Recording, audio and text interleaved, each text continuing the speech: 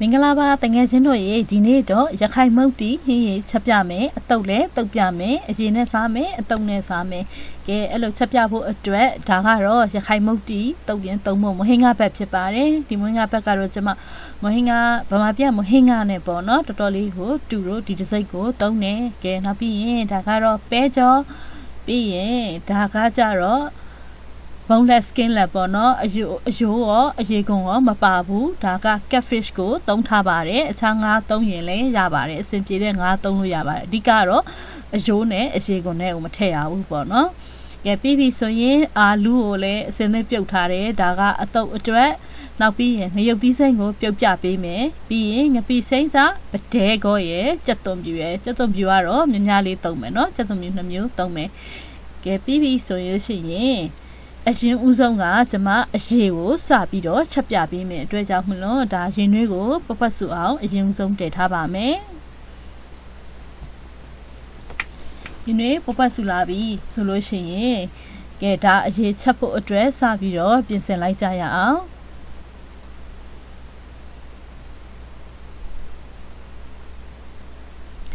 ပထမဦးဆုံးဒီရင်နွေးကပုတ်ပတ်ဆူလာပြီဆိုလို့ရှိရင်ငပိစိမ့်စားကိုအရင်စပြီးတော့ထည့်ပေးရပါမယ်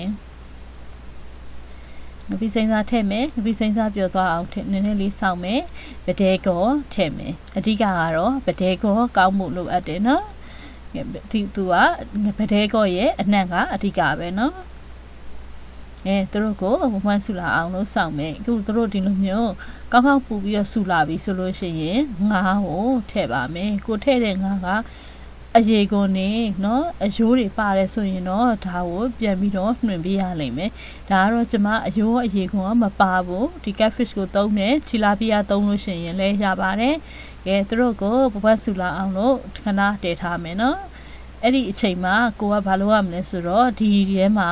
ကြက်သွန်ပြူလေးထည့်ရမယ်ဆိုတော့ကြက်သွန်ပြူထောင်းမယ်ကြက်သွန်ပြူထောင်းနေဆိုတဲ့နေရာမှာလည်းတအားညက်သွားအောင်လို့ထောင်းစရာမလိုပါဘူးเนาะသူ့ကိုဒီလိုမျိုးချမ်းချမ်းလေးပဲထောင်းပေးမယ်ကဲကြက်သွန်ပြူထောင်းထားတာရပြီဆိုရင်ကြက်သွန်ပြူပြီးရင်အဓိက main တစ်ခုလိုနေသေးတာကငရုတ်ကောင်းเนาะငရုတ်ကောင်းလည်းထောင်းပြီးတော့ထည့်ရပါမယ်ဒီရခိုင်မုတ်တီချက်နီးကရခိုင်မုတ်တီပေါ့နော်ရခိုင်စစ်တေချက်တဲ့မုတ်တီနဲ့ကွဲပြားခြင်းလဲကွဲပြားမယ်ဒါပေမဲ့ကျမတက်တလောက်လေးချက်ကြည့်တယ်ရတာလည်းရှိတယ်ကောင်းလို့တကယ်ချင်းတွေကိုပြန်ပြီးတော့ share ပေးလိုက်တာပါနော်ကဲအခုကဒီဟင်းကပူပူလေးမှုမွှေးလေးပေါ့နော်မကောင်းတဲ့အတွက်ကြောင့်မလို့ကျမငရုတ်ကောင်းကိုလည်းထောင်းပြီးတော့ထည့်ပါမယ်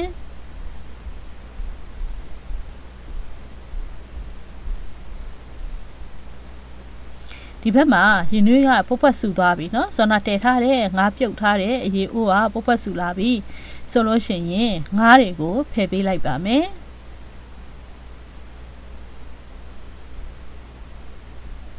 ဒါဟင်းရင်မှာအရသာကရှိသွားပြီငါးပြုတ်ကအရသာရဲ့နောက်ပြီးတော့ပဒဲကောရဲ့ငပိရဲ့အရသာဟင်းရကအရသာရှိနေပြီဆိုလို့ရှိရင်တော့ဒီနူဤသွားပြီပြုတ်တာကောင်းကောင်းကျက်သွားပြီဖြစ်တဲ့ငါးတွေကိုဖယ်လိုက်မယ်ပြီးပြီဆိုလို့ရှိရင်တော့ဆွမ်းနာတော့ကနော်ထောင်းထားတဲ့ကြက်သွန်ပြူကိုထည့်လိုက်မယ်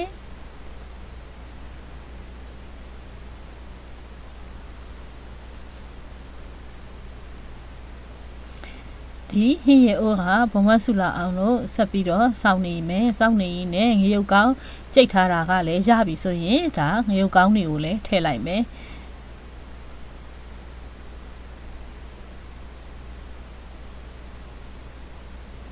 ဒီရခိုင်မုတ်တီဟင်းရချက်နီးကအရန်ကိုလွယ်ကူတယ်ရုပ်စစ်နဲ့စားတဲ့အခါမှာလည်းစားလို့အရန်ကောင်းပါတယ်နော်ကဲအခုငရုတ်ကောင်းနေအကုန်လုံးပဲကျွန်မထည့်လိုက်မယ်ပူပူမှုမွှေးလေးအရသာလေးကိုယူမယ်နော်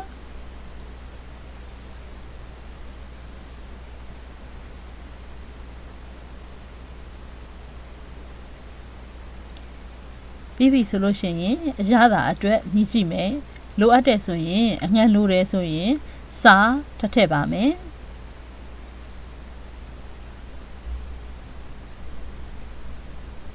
ဒ ဒီအပေါ်အငံကတော့ကိုယ့်ရဲ့စိတ်တိုင်းကြပဲပေါ့နော်ငပိစိမ့်စားထည့်ထားတဲ့အတွက်ကြောင့်မလို့ကိုသုံးတဲ့ငပိရတိတ်ငံနေဆိုလို့ရှိရင်တော့စားထည့်တဲ့အခါမှာထိမ့်ပြီးတော့ထည့်ဖို့လိုအပ်ပါတယ်ဒါကြောင့်မလို့ငပိစိမ့်စားနဲ့ပြုတ်ပြီးသားအရှင်ကိုအရင်ညှစ်ကြည့်မယ်လိုအပ်တယ်ဆိုတော့မှအငံကိုထပ်ပြီးတော့ထည့်ပါမယ်ငပိအမျိုးစားပေါ်မှာမူတည်တဲ့အတွက်ကြောင့်မလို့စားထည့်ရတယ်မထည့်ရဘူးဆိုတာကတော့ကွဲပြားပါတယ်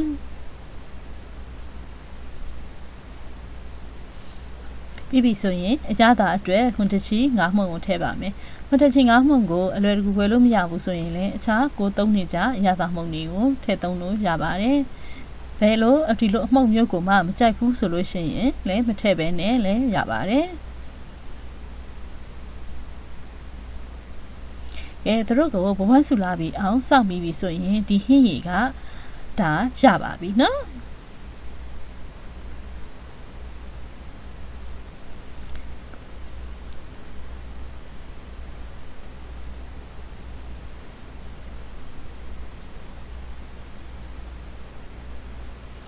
ရင်းချိန်မှာရတာမြင်ကြည့်မယ်ကိုအတွက်လိုအပ်တာရှိရင်လည်းပြင်မယ်ကျမအတွက်တော့ဘာမှမလိုအပ်တော့တဲ့အတွက်ကြောင့်မလို့မပြင်တော့ပါဘူးဒီအချိန်မှာဒါဟာဟင်းရည်အတွက်ပြီးပြီဆိုရင်ငရုတ်သီးစိမ်ဒါကအတုပ်အတွက်ကောတချို့အရေးစားတဲ့အတွက်ကောနော်ငရုတ်သီးစိမ်ပြုတ်မယ်ပြီးပြီဆိုရင်စောနာတော့ကငါးပြုတ်ဖယ်ထားတာရှိတယ်နော်အဲ့ဒီငါးပြုတ်ကိုခြေမယ်ဘာလို့ဆိုတော့ကျမတို့ဒီငါးပြုတ်ကိုပြန်ပြီးတော့လှော်ပေးဖို့လိုအပ်တယ်အခုဒီမှာငရုတ်သီးကိုလည်းနူးသွားအောင်လို့ပြုတ်ထားမယ်ငါးကိုခြေပေးနေမယ်တကယ်လို့ကိုသုံးနဲ့ငါးကအယိုးပါတဲ့ငါးဆိုရင်ဒီချိန်မှာတော့သတိထားပြီးအယိုးတွေစင်ကြယ်အောင်ပေါ့နော်ကိုကအယိုးတွေတန့်စင်အောင်လုပ်လိုက်ဖို့လိုအပ်ပါတယ်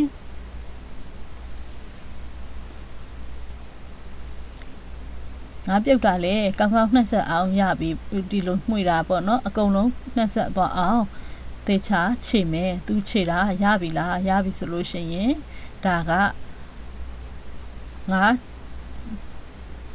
လှော်ဖို့အတွက်ပေါ့နော်အစင်တင်ဖြစ်ပြပြီ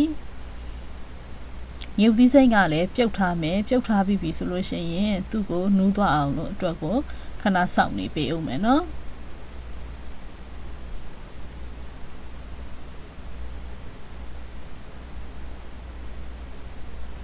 ကဲငရုတ်သီးစိမ့်တွေကလည်းပွက်ဆူပြီးဆိုလို့ရှိရင်ဒါကျမတို့ငရုတ်သီးစိမ့်ကိုထောင်းလို့ရပါပြီငရုတ်သီးစိမ့်ကိုပြုတ်ထားတဲ့အခါမှာအခုလိုမျိုးအိုးထဲမှာပြုတ်ရည်လေးတွေပုံနေသေးတယ်သူ့ကိုမတွန့်ပြဘူးเนาะဘာလို့ဆိုတော့ဒီငရုတ်သီးစိမ့်ထောင်းထားပြီးငရုတ်သီးစိမ့်ထောင်းနဲ့ဒီငရုတ်သီးဆောင်ထောင်းနေမှာအရှိလေးဆက်ဆက်ကလေးရှိနေဖို့လိုအပ်ပါတယ်ဒါကြောင့်မလို့ပြုတ်ရည်တွေကိုမတွန့်ပြဘူးเนาะငရုတ်သီးစိမ့်ထောင်းနေဆိုတဲ့နေရာမှာလည်းအရန်ကြီးညှက်သွားအောင်မဟုတ်ဘူးเนาะဒီမှာအခုကငါးကိုစီတက်မယ်เนาะစီတက်ပြီးတော့6ကလေးလှော်မယ်ဆိုတဲ့အတွက်ကြောင့်မလို့ဒါစီကိုပထမအဦးဆုံးထည့်လိုက်တယ်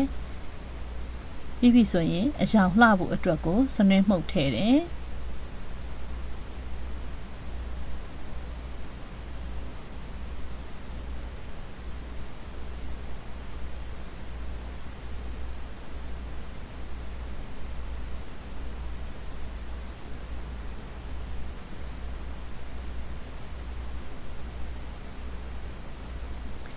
ပြီးပြီဆိုလို့ရှိရင်ဒါကစက်သွန်ပြူထောင်းထားတာကိုထည့်မယ်ဒါကငါးပြုတ်ကိုလှော်တဲ့အခါမှာမှုေးသွားစေခြင်းတဲ့အတွက်ကြောင့်မလို့စက်သွန်ပြူလည်းထည့်လိုက်ပါတယ်ငါးပြုတ်ကိုပြန်ပြီးတော့လှော်တဲ့ခါကြလို့ရှိရင်ကျမ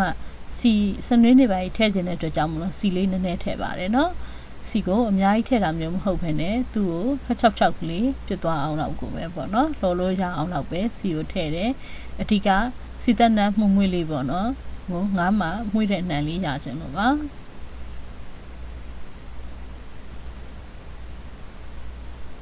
ပြီးရင်ဒါငါးပြုတ်ကိုစွနာတေချာညက်နေအောင်ခြေထားတယ်နော်အဲ့ဒီငါးခြေထားတာတွေအားလုံးကိုထည့်လိုက်ပါမယ်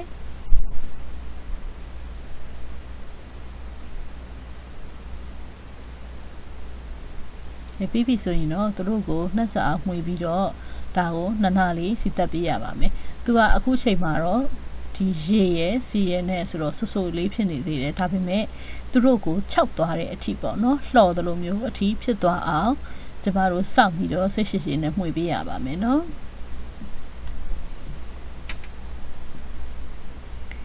သူ့ကိုကျမအရသာလေးရှိခြင်းနဲ့အတွက်ငါးမုံကိုလည်းထည့်လိုက်ပါတယ်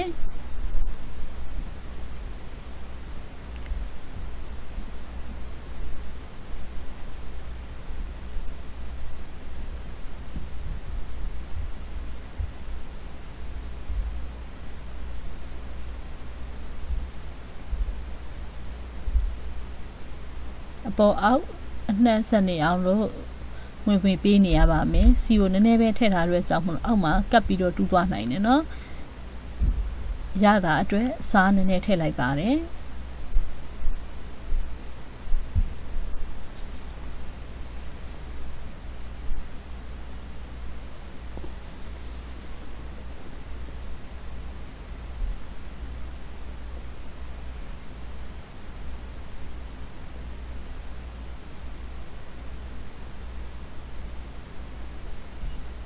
အခုမှွေလာရင်းနဲ့ကိုတိတာလာပါပြီနော်ကြည့်လိုက်ပါကောင်းကောင်းကြီးကိုခြောက်သွားပြီးတော့လှော်သလိုအတိုင်းကိုခြောက်ကတ်နေပြီပေါ့နော်ဒီလိုမျိုးဖြစ်လာပြီဆိုလို့ရှိရင်တော့ပကံလေးတစ်လုံးနဲ့မှထည့်ထားလိုက်မယ်ကဲအခုဆိုလို့ရှိရင်ဒါကအတုပ်တုပ်ဖို့အတွက်နော်တော်တော်လေးကိုအစင်းသင်းဖြစ်သွားပြီပြီးပြီဆိုလို့ရှိရင်တော့ကျွန်မငဖယ်လေးထည့်ခြင်းတဲ့အတွက်ကြောင့်မလို့ငဖယ်ကြော်ပြပါမယ်ငဖယ်ကလည်းအခုကျမသုံးထားတာကယူရီးယားလာတဲ့ ready made ငဖယ်လုံးကိုပဲသုံးထားပါတယ်ကျမသုံးနေကြပေါ့နော်ငဖယ်အစိတ်တစ်စိတ်ကဝယ်လို့မရတဲ့အခါကျတော့ကျမအခြားတစ်စိတ်တည်းကကျွန်တော်သုံးရတာအဆင်မပြေဘူးမကြိုက်ဘူးအဲ့တော့နည်းနည်းလေးပို့ပြီးတော့အဆင်ပြေတဲ့ဒီငဖယ် ready made လုံးကိုပဲပေါ့နော်ကြော်လိုက်ပါမယ်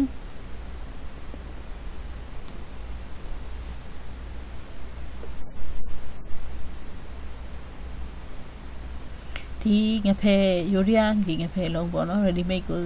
ကြော်တဲ့အခါကျရင်လည်းကျွန်မနည်းနည်းရွှေရောင်လေးတန်းလာတဲ့အထိပဲကြော်ပေးမယ်နော်အရင်ကြီးကြော်သွားတဲ့အထိကိုကြော်တာမျိုးမဟုတ်ပါဘူး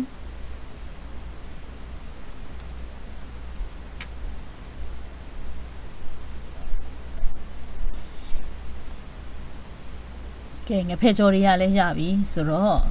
ဘာမှမလုပ်တော့ပါဘူး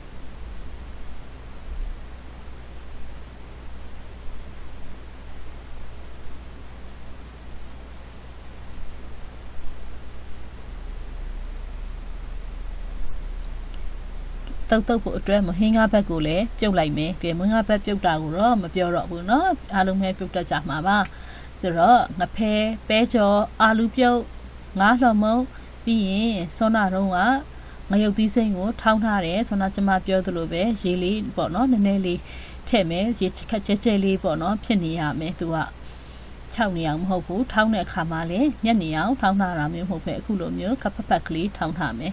ကဲပြီးပြီဆိုလို့ရှိရင်တော့ကျမကတော့စီချက်နည်းနည်းထည့်ပြီးတော့သုံးချင်တဲ့အတွက်ကြောင့်မလို့ကျတော့အနည်းကျော်စီချက်မဟင်္ဂါဘက်ကတော့ပြုတ်မပြတော့ဘူးเนาะမဟင်္ဂါဘက်ပြုတ်ထားပြီးပြီကဲသူတို့ကိုတုတ်မယ်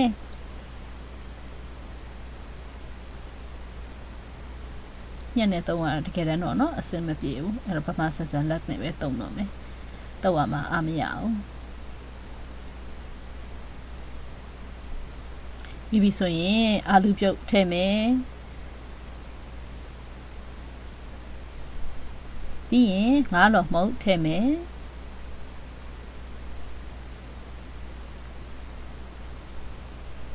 ပြီးရင်တော့ငရုတ်သီးစိမ့်နော်ဆက်ဆက်ကလေးတုပ်မယ်ငရုတ်သီးစိမ့်လေးများများထည့်လိုက်မယ်ပြီးပြီဆိုရင်စီချက်စီကိုတိတ်မပါစေဘဲနဲ့အပေါ်ကစီချက်ဖက်ကိုပဲကျွန်မယူတယ်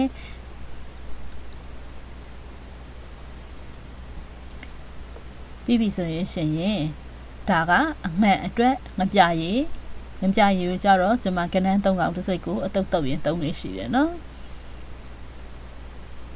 ကဲပေါ့ငယ်ကတော့ကိုကြိုက်တယ်လို့ပြင်ပြီးတော့တုပ်ကြရအောင်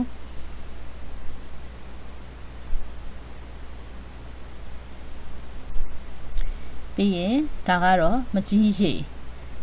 ကတော့ဒါကျွန်မရိုးရလာတဲ့ ready made မကြီးရည်ကိုပဲသုံးထားပါတယ်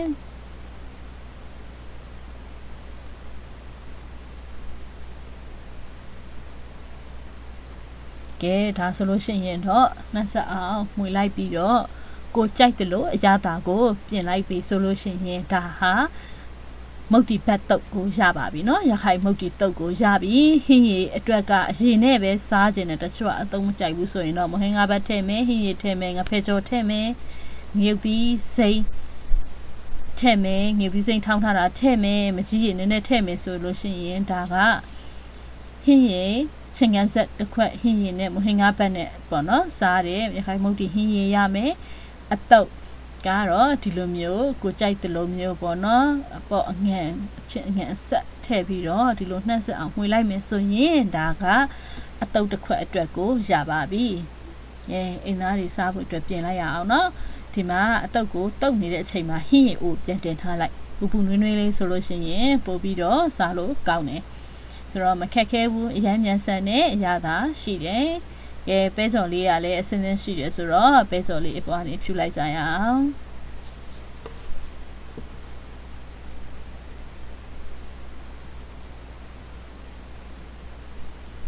ဒါကတော့ရခိုင်မုတ်တီတုတ်ဖြစ်ပါတယ်ရှင်ဒီမှာဟင်းရည်နဲ့ဒီဘက်ကကြတော့အရင်နဲ့ကစောနာပြောသလိုမခက်ဘူးပါဘူးเนาะအရင်နဲ့တောက်တာတော့လူတိုင်းရွေးလောက်တတ်တော့မလုပ်ပြတော့ပါဘူးเนาะအတုပ်ကိုပဲအဓိကလုပ်ပြပေးတယ်ပြီးလို့ရှိရင်အရေးချက်ပြပေးတယ်အားလုံးပဲကြည့်ရှုအားပေးနေတဲ့အတွက်ကျေးဇူးတင်ပါတယ်เนาะကျမရဲ့ဗီဒီယိုဖိုင်လေးတွေကို like and share လုပ်ပေးပါအောင်ရှင်နောက်တစ်ပတ်မှာလည်းစူးစမ်းပြီးချက်ပြသွားမှာမဟုတ်လို့ဝင်ရောက်ကြည့်ရှုအားပေးပါအောင်ရှင် chosu.com နဲ့ကိုလည်းဝင်ရောက်ခဲ့ဖို့ငွေချင်းတွေအားလုံးကိုဖိတ်ခေါ်ပါတယ်